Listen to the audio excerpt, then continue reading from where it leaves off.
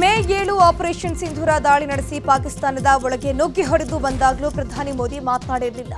ಉಗ್ರರನ್ನ ಅವರ ವಾಸಸ್ಥಾನಗಳಲ್ಲೇ ಕೊಂದು ಒಬ್ಬ ಪಾಕಿಸ್ತಾನದ ನಾಗರಿಕನ ಮೇಲೆ ದಾಳಿ ನಡೆಸದೆ ಬಂದಾಗಲೂ ಮೋದಿ ಏನೂ ಹೇಳಿರಲಿಲ್ಲ. 9 ಉಗ್ರ ನೆಲೆಗಳನ್ನು ಧ್ವಂಸ ಮಾಡಿದಾಗ ಸೇನೆಗೆ ಪೂರ್ಣ ಬೆಂಬಲ ಕೊಟ್ಟಾಗ ಪಾಕಿಸ್ತಾನ ಪರಮಾಣು ದಾಳಿ ಬೆದರಿಕೆ ಹಾಕಿದಾಗ ಗಡಿರೇಖೆಯ ಉದ್ದಕ್ಕೂ ನಾಗರಿಕರ ಮೇಲೆ ದಾಳಿ ನಡೆಸಿದಾಗಲೂ ಮೋದಿ ರಣತಂತ್ರಗಳನ್ನ ಹೆಣೆಯುತ್ತಿದ್ರೆ ಹೊರತು ಏನೇನು ಮಾತನಾಡಿರಲಿಲ್ಲ. ಎಲ್ಲವನ್ನ ವೀರ ಯೋಧರಿಗೆ ಬಿಟ್ಟು ಸುಮ್ಮನಿದ್ರು. ಆದ್ರೆ ನಿನ್ನೆ ಮೋದಿ ಗುಡುಗಿದ್ದಾರೆ. ಪಾಕಿಸ್ತಾನಕ್ಕೆ ನುಗ್ಗಿ ಹೊಡೆದಿದ್ದನ್ನ ಘಂಟಾಘೋಷವಾಗಿ ಹೇಳಿದ್ದಾರೆ. ಪಾಕಿಸ್ತಾನದ ಬೆನ್ನು ಮೂಳೆ ಮುರಿದಿದ್ದನ್ನ ಜಗತ್ತಿಗೆ ತಿಳಿಸಿದ್ದಾರೆ. ಬಾಯಿ ತೆಗೆದ್ರೆ ನ್ಯೂಕ್ಲಿಯರ್ ಬಾಂಬ್ ಹಾಕ್ತೀವಿ ಅಂತಿದ್ದವರಿಗೂ ಎಚ್ಚರಿಕೆ ಕೊಟ್ಟಿದ್ದಾರೆ. ಕದನ ವಿರಾಮದ ಹೆಸರಲ್ಲಿ ಮಧ್ಯಸ್ಥಿಕೆ ವಹಿಸಿದ್ದು ನಾವೇ ಅಂತಿದ್ದ ಅಮೆರಿಕಾಗೂ ಸಂದೇಶವನ್ನ ಕಳಿಸಿದ್ದಾರೆ.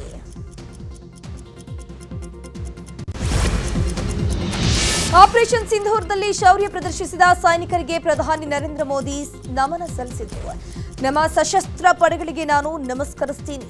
ನಮ್ಮ ಧೈರ್ಯಶಾಲಿ ಸೈನಿಕರು ಆಪರೇಷನ್ ಸಿಂಧೂರ ಸಮಯದಲ್ಲಿ ಶೌರ್ಯವನ್ನ ಪ್ರದರ್ಶಿಸಿದ್ರು ಮತ್ತು ಯಶಸ್ಸನ್ನ ಸಾಧಿಸಿದ್ದಾರೆ. ಹೊಸ ಮಾದರಿಯ ಯುದ್ಧ ಕೌಶಲ್ಯ ಶಕ್ತಿಯನ್ನ ತೋರಿಸಿದ್ದೀವಿ. ಆತ್ಮನಿರ್ಭರ ರಕ್ಷಣಾ ವ್ಯವಸ್ಥೆಯನ್ನ ಜಗತ್ತಿಗೆ ತೋರಿಸಿದ್ದೀವಿ. ಮೇಡ್ ಇನ್ ಇಂಡಿಯಾ ರಕ್ಷಣಾ ಸಾಮಗ್ರಿಗಳ ಯುಗ ಶುರುವಾಗಲಿದೆ ಅಂತ ಮೋದಿ ತಮ್ಮ ಭಾಷಣದಲ್ಲಿ ಹಾಡಿ ಹೊಗಳಿದ್ರು.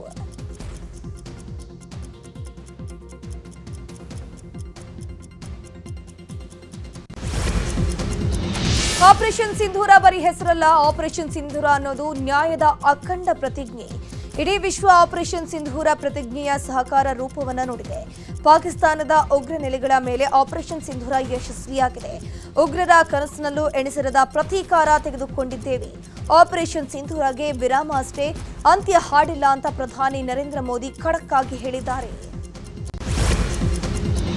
ಇನ್ನು ರಕ್ತ ಮತ್ತು ನೀರು ಒಟ್ಟಿಗೆ ಹರಿಯೋಕೆ ಸಾಧ್ಯವಿಲ್ಲ ಎನ್ನುವ ಮೂಲಕ ಪ್ರಧಾನಿ ನರೇಂದ್ರ ಮೋದಿ ಸಿಂಧೂ ನದಿ ನೀರು ಒಪ್ಪಂದ ಕುರಿತು ಪಾಕಿಸ್ತಾನಕ್ಕೆ ಸ್ಪಷ್ಟ ಸಂದೇಶವನ್ನು ರವಾನಿಸಿದ್ದಾರೆ.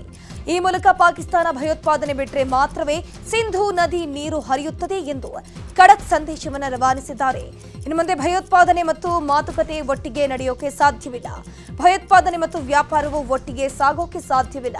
ಇದರೊಂದಿಗೆ ನೀರು ಮತ್ತು ರಕ್ತ ಕೂಡ ಒಟ್ಟಿಗೆ ಹರಿಯೋಕೆ ಸಾಧ್ಯವಿಲ್ಲ ಅಂತ ಭಾರತದ ಅಭಿಪ್ರಾಯವು ತುಂಬಾನೇ ಸ್ಪಷ್ಟವಾಗಿದೆ ಎಂದು ಪ್ರಧಾನಿ ಮೋದಿ ಪಾಕಿಸ್ತಾನಕ್ಕೆ ಸ್ಪಷ್ಟ ಮಾತುಗಳಲ್ಲಿ ಹೇಳಿದ್ದಾರೆ. ಇನ್ನು ಪ್ರಧಾನಿ ನರೇಂದ್ರ ಮೋದಿ ಮಾತಿಗೂ ಮುನ್ನ ನಿನ್ನೆ ಅಮೆರಿಕದ ಅಧ್ಯಕ್ಷ ಟ್ರಂಪ್ ಮಾತನಾಡಿದ್ರು. ಅಮೆರಿಕ ಮಧ್ಯಸ್ಥಿಕೆಯಿಂದಲೇ ಯುದ್ಧ ನಿಂತಿದೆ. ಭಾರತ ಪಾಕಿಸ್ತಾನ ಮಧ್ಯೆ ಮಾತುಕತೆ ವೇಳೆ ಕದನ ವಿರಾಮ ಆಗದಿದ್ರೆ ವ್ಯಾಪಾರ ನಿಲ್ಲಿಸುತ್ತೇವೆ ಅಂತ ಹೇಳ್ತಿದ್ದೆ. ಹೀಗಾಗಿ 2 ಅತಿ ದೊಡ್ಡ ರಾಷ್ಟ್ರಗಳ ಯುದ್ಧಕ್ಕೆ ಬ್ರೇಕ್ ಹಾಕಲಾಗಿದೆ ಅಂತ ಟ್ರಂಪ್ ತಮಗೆ ತಾವೇ ಬೆಟ್ಟಿ ಬಿಲ್ಡಪ್ ಕೊಟ್ಕೊಂಡು ಹೊಗಳಿಕೊಂಡಿದ್ದಾನೆ. ಐಪಿಎಲ್ ಅಭಿಮಾನಿಗಳಿಗೆ ಬಿಸಿಸಿಐ ಗುಡ್ ನ್ಯೂಸ್ ಅನ್ನು ಕೊಟ್ಟಿದೆ. ಭಾರತ ಪಾಕಿಸ್ತಾನದ ನಡುವಿನ ಉದ್ವಿಗ್ನತೆಯಿಂದಾಗಿ ತಾತ್ಕಾಲಿಕವಾಗಿ ಈ ಮ್ಯಾಚ್ ಸ್ಥಗಿತಗೊಂಡಿತ್ತು. ಕದನ ವಿರಾಮ ಹಿನ್ನೆಲೆ ಮೇ 17ರಿಂದ ಐಪಿಎಲ್ ಪುನರ್ ಆರಂಭವಾಗಲಿದೆ ಅಂತ ಬಿಸಿಸಿಐ ಸ್ಪಷ್ಟನೆ ಕೊಟ್ಟಿದೆ. ಉಳಿದ 17 ಪಂದ್ಯಗಳು 6 ವಿವಿಧ ಮೈದಾನಗಳಲ್ಲಿ ನಡೆಯಲಿದೆ. ಮೊದಲ ದಿನವೇ ರಾಯಲ್ ಚಾಲೆಂಜರ್ಸ್ ಬೆಂಗಳೂರು ಹಾಗೂ ಕೋಲ್ಕತಾ ನೈಟ್ ರೈಡರ್ಸ್ ತಂಡಗಳು ಮುಖಾಮುಖಿಯಾಗಲಿವೆ. ಭಾರತ ಪಾಕಿಸ್ತಾನ ನಡುವಿನ ಸಂಘರ್ಷ ಹಿನ್ನೆಲೆಯಲ್ಲಿ ಶ್ರೀನಗರದಿಂದ ಕರ್ನಾಟಕಕ್ಕೆ ಮರಳಿದ್ದಾರೆ ವಿದ್ಯಾರ್ಥಿಗಳಾಗಿರುವಂತಹ ಹರ್ಷಿತ್ ಹಾಗೂ ನೂತನ್. ರಾಮನಗರ ಮುರಿದ ವಿದ್ಯಾರ್ಥಿ ಹರ್ಷಿತ್ ಮಾತನಾಡಿ, ಶ್ರೀನಗರಕ್ಕೆ ಶಿಕ್ಷಣಕ್ಕೆ ಅಂತ ಹೋಗಿದ್ವಿ. ಅಲ್ಲಿಗೆ ಹೋದಾಗ ಯಾವುದೇ ಸಮಸ್ಯೆ ಇರಲಿಲ್ಲ. ಪಹಲ್ಗಾಮ್ ಅಟ್ಯಾಕ್ ಆದ್ಮೇಲೆ ಭಯ ಆಯಿತು. ನಮ್ಮ ವಿವಿಯ ವಿಸಿ ತುಂಬಾ ಧೈರ್ಯ ಹೇಳಿದ್ರು. ನಮ್ಮ ಮನೆಯಲ್ಲಿ ತುಂಬಾ ಆತಂಕ ಇತ್ತು. ಹೀಗಾಗಿ ನಮ್ಮ ಪೋಷಕರು ಎಚ್ ಡಿ ಕುಮಾರಸ್ವಾಮಿ ಅವರನ್ನ ಭೇಟಿ ಮಾಡಿದ್ರು. ಅವರ ಸಹಾಯದ ಮೂಲಕ ಇಲ್ಲಿಗೆ ವಾಪಸ್ ಬಂದ್ವಿ ಅಂತ ಹೇಳಿದ್ರು. ವಿದ್ಯಾರ್ಥಿ ನೂತನ್ ಮಾತನಾಡಿ, ನಾವು ಶ್ರೀನಗರಕ್ಕೆ ಹೋದಾಗ ಅಲ್ಲಿನ ಜನ ನಮ್ಮನ್ನ ಚೆನ್ನಾಗಿ ನೋಡಿಕೊಂಡ್ರು. ಸೀನಿಯರ್ಸ್ ಕೂಡ ನಮಗೆ ಧೈರ್ಯ ಹೇಳಿದ್ರು. ಸದ್ಯ ಆನ್ಲೈನ್ ಕ್ಲಾಸ್ ನಡೀತಾ ಇದೆ. ಕಾಲೇಜಿಗೆ ಬರುವುದಕ್ಕೆ ಹೇಳಿದ ಮೇಲೆ ನಾವು ಅಲ್ಲಿಗೆ ಹೋಗ್ತೀವಿ ಅಂತ ಹೇಳಿದ್ರು.